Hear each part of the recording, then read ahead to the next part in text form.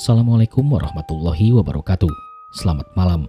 Jumpa lagi dengan saya Aldi di channel Mereka Ada.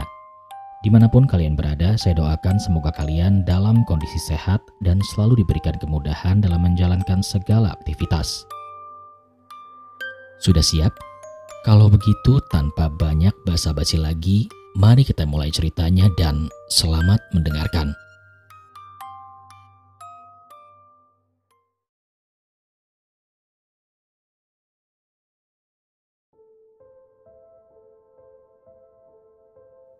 Budi duduk di kursi penumpang sebuah mobil rental tua. Tangannya mencengkram tas kecil di pangkuannya. Sementara jalan berbatu di bawah roda mobil mengeluarkan derit dan dentuman kecil yang menggema di dalam kabin. Cahaya senja yang sedikit kemerahan menyelinap melalui jendela yang sedikit buram, menerangi wajahnya yang tampak sangat lelah. Mata cekung dikelilingi lingkaran hitam akibat malam-malam panjang di kantor, dan garis-garis halus di dahinya yang menjadi tanda tahun-tahun penuh ambisi di Jakarta. Usianya 34 tahun, seorang pegawai kantoran yang sukses di mata rekan-rekannya. Dengan jas rapi dan sepatu kulit mengkilap yang kini terasa tak pada tempatnya di perjalanan kali ini, mobil melaju pelan menyusuri jalan desa di Jawa Tengah. Dikelilingi sawah luas yang hijau keemasan di bawah sinar matahari yang perlahan tenggelam. Pohon-pohon kelapa yang menjulang tinggi di tepi jalan dan aroma tanah basah yang menyelinap masuk melalui celah-celah jendela. 10 tahun lalu Budi meninggalkan desa kecil ini, sebuah kampung terpencil yang tersembunyi di antara hamparan sawah dan perbukitan rendah, dengan janji kepada dirinya sendiri bahwa ia akan menjadi seseorang di kota besar nantinya. Ia meninggalkan ibunya, Marni, seorang janda tua yang hidup sederhana dari menjual sayuran dan menenun kain di rumah kayu tua mereka. Budi ingat betul hari terakhir ia melambaikan tangan dari jendela angkot. Ibunya berdiri dari beranda dengan kain selendang lusuh di pundak. Tersenyum kecil meski matanya berkaca-kaca. "Jangan lupa pulang ya, Bud," kata ibunya saat itu. Suaranya lembut tapi penuh harap. Budi hanya mengangguk, tapi dalam hati ia sudah merencanakan hidup baru yang jauh dari desa. Hidup yang penuh dengan lampu kota, apartemen modern, dan gaji besar yang ia kejar tanpa pernah menoleh ke belakang. Namun pagi itu telepon dari tetangga tua Pak Sarto mengubah segalanya. Budi masih ingat suara serak Pak Sarto di ujung telepon, penuh getar dan nada yang tidak bisa menyembunyikan kesedihan. "Budi, ibumu meninggal tadi malam. Kejang-kejang katanya, sendirian di rumah, gak ada yang tahu sampai pagi." Budi terdiam di meja kerjanya di Jakarta. Cangkir kopi di tangannya tiba-tiba terasa dingin, dan kata-kata itu bergema di kepalanya seperti gema di gua kosong. "Iya Pak, aku pulang sekarang," jawabnya dengan pelan. Suaranya datar meski dadanya terasa sesak. Ia tidak tahu apa yang ia rasakan. Kaget, sedih, atau hanya rasa tak nyaman yang tak bisa ia definisikan.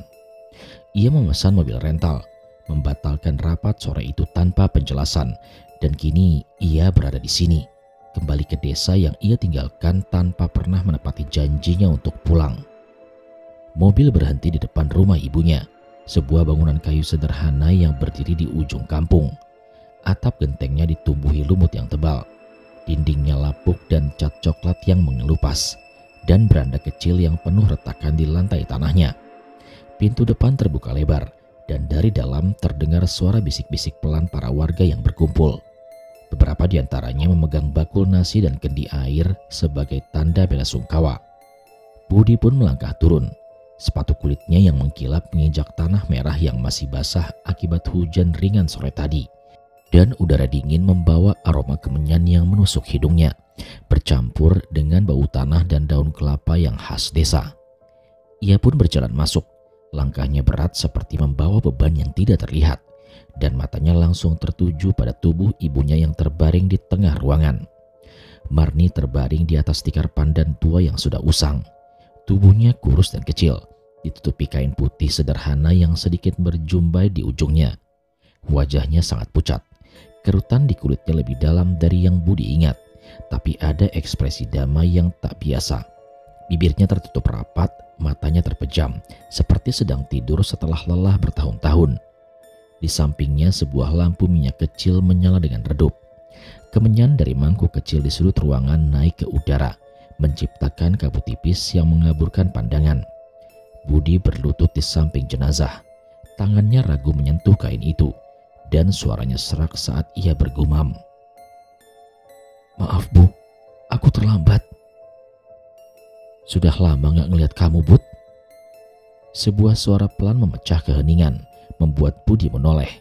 Bu RT, seorang wanita tua dengan kain kebaya lusuh dan selendang di kepala, berdiri di dekat pintu memegang bakul nasi yang ia letakkan di lantai. Matanya penuh kerutan, menatap Budi dengan campuran rasa iba dan penilaian. "Ibumu itu sering cerita tentang kamu, bilang anaknya sukses di kota, tapi dia nunggu kamu pulang terus tiap hari, sampai akhirnya ya begitu." Lanjutnya dengan nada lembut tapi ada nada menusuk yang membuat Budi menunduk. "Iya Bu, aku sibuk. Kerjaan di Jakarta gak ada habisnya," jawab Budi dengan suara yang datar, mencoba membela diri meski ia tahu itu hanyalah alasan. "2 tahun terakhir itu ibumu sakit, Bud," kata Pak Sarto yang tiba-tiba muncul di samping Bu RT. Tangannya memegang tongkat bambu tua yang penuh dengan goresan. Wajahnya penuh kerutan, rambutnya putih tipis menempel di kulit kepala, dan matanya menatap Budi dengan sorotan yang tajam. "Dia gak bilang apa-apa ke kamu, takut ganggu. Tapi tiap aku bawa sayur, dia cuma bilang, 'Budi pasti pulang, Pak.' Tapi ternyata enggak." Lanjutnya dengan suara bergetar oleh emosi yang coba ia tahan.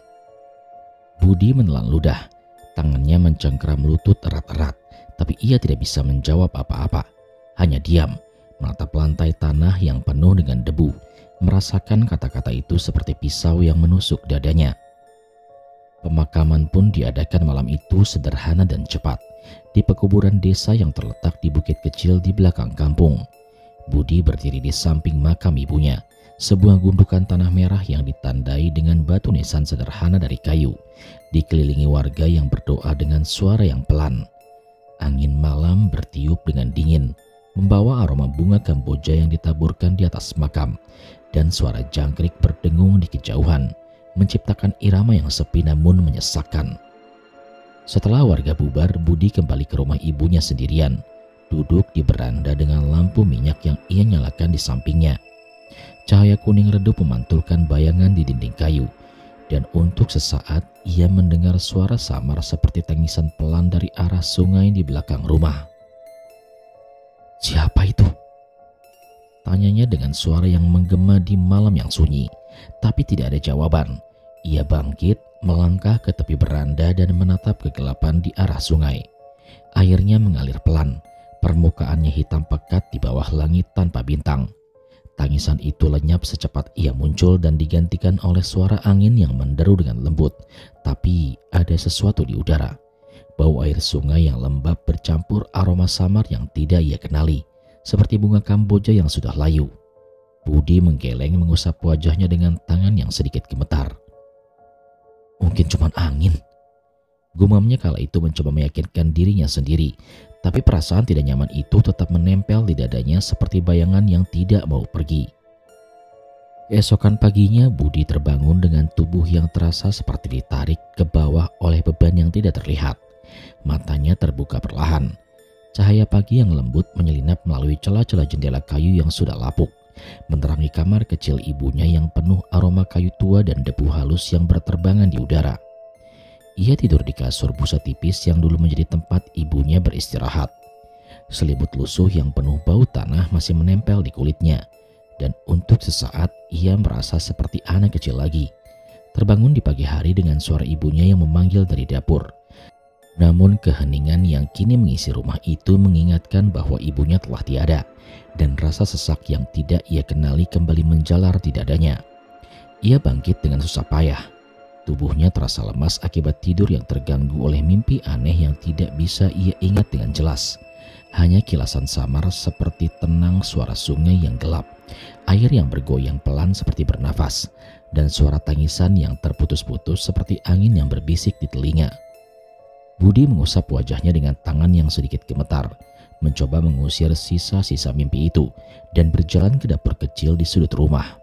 Dapur itu terlihat sangat sederhana. Dindingnya dari bambu anyaman yang sudah menghitam, sebuah tungku kayu tua yang penuh dengan abu, dan meja kecil yang penuh goresan dari pisau ibunya saat memotong sayuran.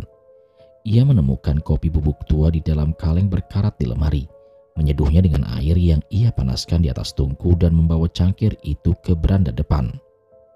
Di luar udara pagi terasa sejuk, membawa aroma rumput basah dan tanah merah yang masih lembab akibat hujan semalam. Sawah luas terbentang di depan rumah, hijau keemasan di bawah sinar matahari yang baru muncul dari balik awan tipis.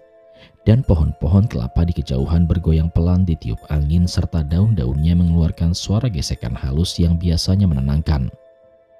Budi duduk di kursi kayu tua di beranda depan rumahnya, menyesap kopi hitam yang pahit menyebar di lidahnya dan menatap pemandangan itu dengan mata yang kosong. Namun ketenangan itu tidak bertahan lama. Warga desa mulai berdatangan. Langkah mereka pelan di jalan setapak dari tanah merah, membawa bakul-bakul nasi, kendi air, dan piring-piring berisi makanan sebagai tanda bela sungkawa. "Pagi Budi," sapa Bu RT, wanita tua yang malam sebelumnya menatapnya dengan penuh penilaian. Ia mengenakan kebaya coklat lusuh dan kain batik yang sudah pudar. Tangannya memegang bakul nasi yang ia letakkan di beranda dengan bunyi kecil. "Ini dari kami, buat kamu. Ibumu itu orang baik, Bud. Banyak yang sayang sama dia," katanya dengan suara lembut tapi ada nada yang terasa seperti sindiran halus. Budi mengangguk mencoba tersenyum meski bibirnya terasa kaku. "Terima kasih ya Bu, aku nggak nyangka bakal cepat seperti ini," jawabnya dengan suara yang penuh dengan keraguan, mencoba mencari kata-kata yang tepat meski ia tahu tak ada yang bisa membenarkan kelalaiannya. "Ya Tuhan, kalau bukan karena kemauan Bud," kata Pak Sarto yang muncul dari belakang Bu RT dengan langkah yang lambat. Tongkat bambunya mengetuk tanah dengan bunyi kecil yang teratur. Ia duduk di tangga beranda. Wajahnya penuh kerutan dan matanya menatap Budi dengan sorot mata yang membuatnya tak nyaman. "Aku kesini tadi malam, bawa sayur buat ibumu. Dia cuma duduk di kursi ini, pegang kain kecil yang katanya dari kamu waktu kecil. Dia bilang, Budi pasti pulang Pak. Tapi ya ternyata cuma harapan." Lanjutnya dengan nada pelan tapi penuh beban, membuat Budi menunduk. Tangannya mencengkram cangkir kopi erat-erat hingga jarinya memutih. "Aku sibuk di Jakarta Pak, kerjaan gak ada habis-habisnya, proyek sama bosku, aku gak bisa pulang tiap saat," balas Budi dengan suara yang datar, mencoba membela diri meski ia tahu alasan itu rapuh seperti daun kering yang mudah hancur. Bu RT menggeleng dengan pelan, menghela nafas panjangnya. "Ibumu itu gak minta banyak Bud, cuman mau lihat kamu sesekali, dengar suaramu di telepon. 2 tahun terakhir dia sakit, gak bilang apa-apa kan ke kamu, dia takut ganggu.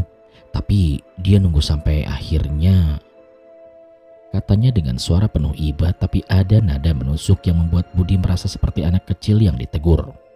Ia tidak bisa menjawab, hanya diam menatap kopi yang kini terasa dingin di tangannya. Rasa jengkel dan bersalah bercampur di dadanya seperti air sungai yang keruh. Kemudian warga lain datang dan pergi, meninggalkan makanan dan ucapan bela sungkawa, tapi tatapan mereka penuh dengan bisikan yang Budi sangat benci. "Dia gak pernah ngurus ibunya. Kasihan ya Marni, mati sendirian."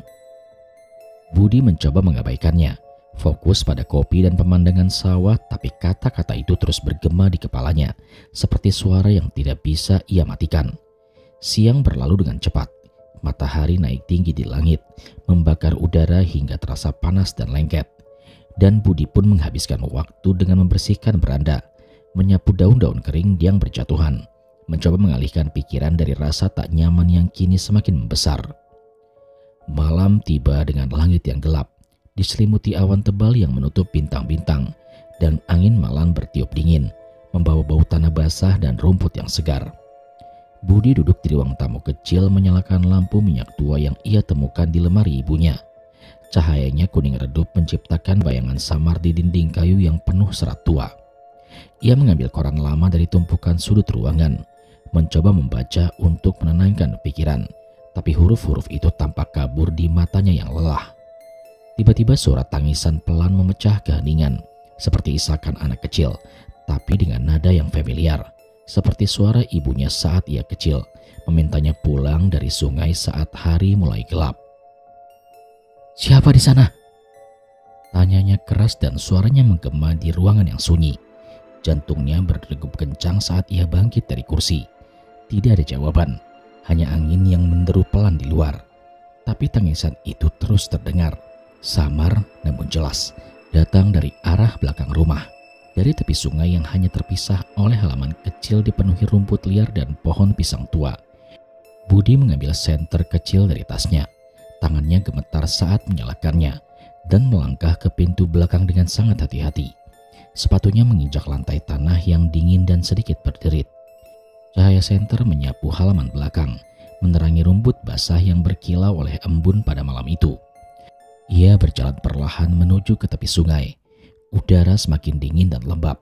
Bau air sungai yang khas mengisi hidungnya. Aroma tanah basah dan lumut yang tumbuh di tepian juga tercium oleh Budi pada malam itu. Air sungai mengalir pelan. Permukaannya hitam pekat seperti cermin yang memantulkan kegelapan malam. Dan tangisan itu berhenti seketika saat ia hendak mendekat, digantikan oleh suara air yang mengalir lembut seperti nafas yang teratur. Namun di tepi sungai cahaya senter menangkap sesuatu. Sebuah mainan kayu kecil, perahu-perahuan yang ia buat bersama ibunya saat ia kecil, tergeletak di lumpur, basah dan penuh lumut hijau tua meski ia yakin benda itu sudah hilang bertahun-tahun lamanya. "Ini Enggak mungkin," gumamnya dengan suara bergetar saat ia berlutut dan mengambil mainan itu dengan tangan yang gemetar. Jari-jarinya merasakan kayu yang dingin dan licin oleh air. Ia memutar-mutar benda itu di tangannya, mencoba mencari logika yang mungkin anak desa yang lain yang bermain di sungai meninggalkannya di sini. Tapi bentuknya terlalu persis dengan goresan kecil di sisinya, tempat ia pernah memotongnya dengan pisau tua milik ibunya. Masih ada, meski pudar oleh waktu. "Apa yang terjadi di sini?" tanyanya pada diri sendiri. Suaranya hilang di udara malam itu. Matanya menyapu sungai yang kini terasa sunyi. Tapi perasaan takut yang samar mulai merayap di punggungnya, seperti ada mata yang mengawasinya dari kegelapan. Budi kembali ke dalam rumah dengan langkah yang cepat. Pintu belakang ia tutup dengan rapat dan kunci dengan palang kayu tua. Mainan perahu itu ia letakkan di meja kecil di ruang tamu. Ia duduk lagi, menatap benda itu dengan pikiran yang kacau. Lampu minyak berkedip-kedip di sampingnya seperti akan padam. "Mungkin aku cuma capek," katanya dengan pelan, mencoba meyakinkan dirinya sendiri.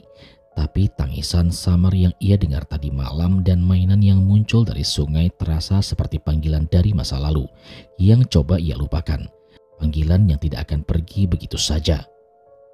Pagi itu sinar matahari menyelinap melalui celah-celah dinding kayu yang sudah rapuh, membentuk garis-garis terang di lantai tanah rumah ibunya yang penuh dengan debu. Budi terbangun dengan kepala yang terasa berat. Tidurnya terganggu oleh suara tangisan samar yang ia dengar malam sebelumnya dan penemuan perahu kayu kecil yang kini tergeletak di meja kecil di ruang tamu. Ia duduk di tepi kasur busa tua, tangannya mengusap wajah untuk mengusir sisa kantuk, tapi matanya yang merah dan cekung mencerminkan kegelisahan yang tidak bisa ia tepis. Udara pagi yang terasa sejuk membawa aroma rumput basah dan tanah merah khas desa. Namun ada sesuatu yang berbeda.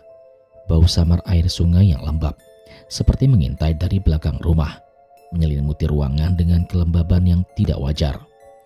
Budi bangkit dengan langkah yang gontai. Kakinya menginjak lantai tanah yang dingin dan berjalan ke dapur untuk menyeduh kopi lagi. Tungku kayu tua itu ia nyalakan dengan beberapa ranting kering yang ia temukan di sudut dapur. Apinya kecil dan berderit saat menyala, menciptakan asap tipis yang naik ke atap genteng yang penuh dengan lumut. Ia menuangkan air panas ke dalam cangkir besi tua, mencampurnya dengan bubuk kopi yang sudah sedikit berjamur di kalengnya, dan membawa cangkir itu ke beranda depan.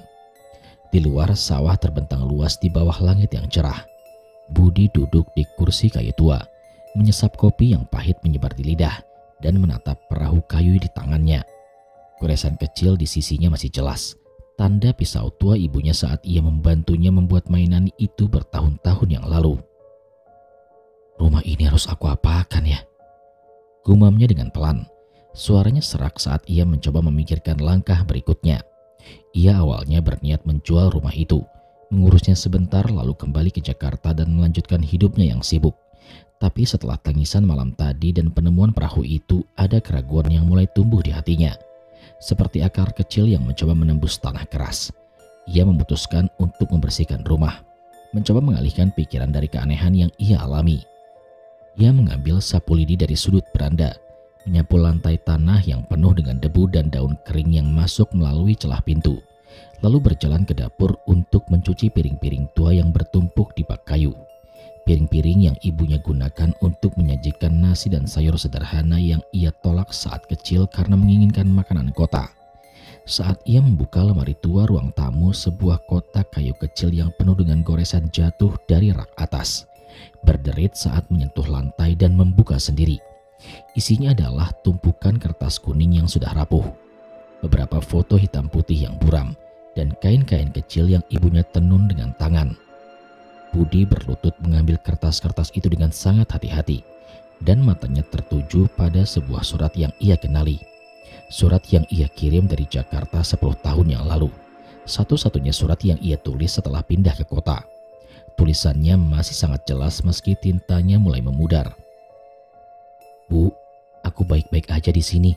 Kerjaannya lancar. Nanti aku pulang bawa ibu ke Jakarta. Tinggal bareng aku. Tunggu ya, Bu. Di bawahnya dengan tulisan tangan ibunya yang gemetar ada catatan kecil. Budi, kapan kamu pulang? Ibu kangen.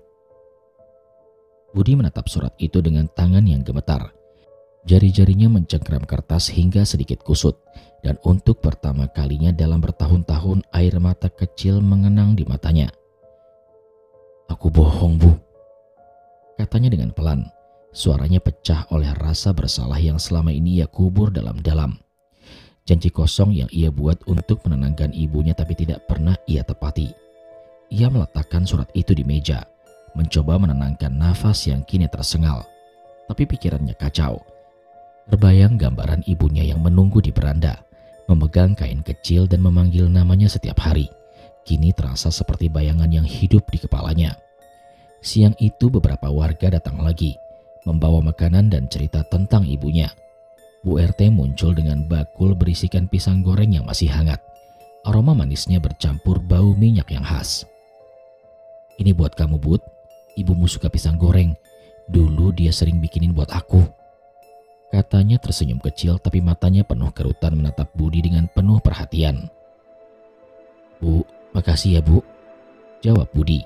Suaranya pelan meski mencoba tersenyum dengan bibir yang terasa kaku. Ibumu itu orang baik loh. Tiap hari ke sawah, bantu aku nanam padi, meski kakinya sudah lelah. Dia bilang, Budi bakal suka lihat sawah ini kalau pulang. Lanjut Bu RT. Nadanya lembut tapi ada nada yang terasa seperti menekan, membuat Budi menunduk. Tangannya mencengkram lutut. Dia sakit lama ya, Bu? Tanyanya tiba-tiba. Suaranya serak mencoba mencari tahu apa yang ia lewatkan selama ini. Bu RT mengangguk dengan pelan, menghela nafas yang panjang. 2 tahun terakhir, Bud. Awalnya cuma batuk, terus badannya lemas, gak kuat jalan kemudian jatuh. Aku bilang ke dia, Marni, telepon Budi minta pulang. Tapi dia cuma menggeleng dan bilang kamu sibuk dan nantinya takut mengganggu. Dia takut jadi beban. Katanya dengan suara penuh iba, dan Budi merasa dadanya seperti ditusuk pisau. Setiap kata terasa seperti cermin yang memantulkan kelelayannya. Pak Sarto yang duduk di tangga beranda dengan tongkatnya menimpali dengan suara yang bergetar. Terakhir aku ketemu dia 3 hari sebelum meninggal. Dia duduk di sini, pegang surat itu. Aku tanya, Marni, kenapa gak telepon Budi? Dia cuma tersenyum dan bilang, gak apa-apa, Pak. Budi pasti punya alasan. Ternyata dia cuma nunggu, Bud. Katanya dengan mata menatap Budi dengan sorot mata tajam yang penuh penilaian. Budi tak bisa menjawab, hanya mengangguk pelan. Tangannya mencengkram cangkir kopi yang kini sudah dingin. Rasa bersalah itu kini mulai hidup, menggerogoti pikirannya seperti air sungai yang meresap ke kayu lapuk. Malam tiba dengan langit yang mendung tebal. Angin bertiup lebih kencang, membawa udara dingin yang menusuk kulit dan suara daun kelapa yang bergesekan seperti bisikan yang tidak jelas. Budi duduk di ruang tamu menyalakan lampu minyak yang redup di sampingnya, mencoba membaca koran lama untuk menenangkan pikiran. Tapi tangisan itu kembali terdengar, lebih jelas dan lebih dekat, seperti isakan ibunya yang memanggil dari tepian sungai. "Budi, pulang nak." Suara itu dingin dan penuh kesedihan, terdengar dari arah belakang rumah membuat bulu kuduknya merinding. "Siapa di sana?" tanyanya dengan keras. Suaranya menggema di ruangan yang sunyi, namun tidak ada jawaban. Hanya angin yang menderu dan suara itu yang terus menggema. Dengan nafas yang tersengal, ia mengambil senter dari tasnya. Tangannya gemetar saat menyalakan dan melangkah ke halaman rumah. Cahaya senter menyapu rumput liar yang basah oleh embun malam. Pohon pisang yang daunnya bergoyang seperti tangan yang melambai, dan tepi sungai yang kini terlihat lebih gelap. Airnya hitam pekat seperti tinta yang hidup. Di lumpur tepian ia pun menemukan lebih banyak benda. Sebuah bola karet kecil yang ia mainkan di sungai saat kecil. Sebuah kalung manik-manik yang ia buat untuk ibunya di ulang tahunnya yang kelima. Dan selembar kain kecil yang ibunya gunakan untuk menyikat kening saat ia demam. Semua benda itu basah, penuh lumut dan lumpur, seperti baru diambil dari dasar sungai yang dalam. Meski ia yakin benda-benda itu sudah hilang atau hancur bertahun-tahun yang lalu. "Apa ini? Siapa yang naruh di sini?" katanya dengan pelan. Suaranya bergetar saat ia mengumpulkan benda-benda itu dengan tangan yang gemetar. Ia kemudian berlutut di tepi sungai. Senter di tangannya menyapu permukaan air, dan tiba-tiba suara itu muncul lagi. "Budi, pulang." Dingin dan penuh kerinduan terdengar dari dalam air. Cahaya senter menangkap bayangan samar di permukaan sungai. Wajah ibunya pucat dan basah, rambutnya menempel di kulit seperti rumput air, dan matanya penuh air mata merah yang mengalir perlahan seperti darah. "Ibu!" teriaknya dengan suara pecah oleh ketakutan, tapi ia tersentak mundur, tersandung rumput basah dan senter kecilnya jatuh dari tangan. Tangisan itu berhenti seketika, digantikan oleh suara air yang mengalir dengan pelan, tapi udara malam terasa lebih dingin, dan bau air sungai kini bercampur aroma samar bunga kamboja yang biasa ditaburkan di kuburan. Budi pun bangkit dengan kaki yang gemetar, mengumpulkan benda-benda itu dengan sangat tergesa-gesa, kemudian berlari kembali ke dalam rumah. Pintu belakang ia tutup rapat dengan palang kayu yang berderit. Ia duduk di lantai ruang tamu, menatap benda-benda itu di meja dengan mata penuh ketakutan dan kebingungan.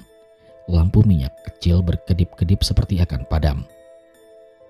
Ini gak masuk akal," katanya pada dirinya sendiri. Suaranya serak, tapi di dalam hati ia tahu kenangan yang ia abaikan selama ini mulai hidup kembali. Dan sungai itu menyimpan sesuatu yang tak akan membiarkannya untuk dilupakan.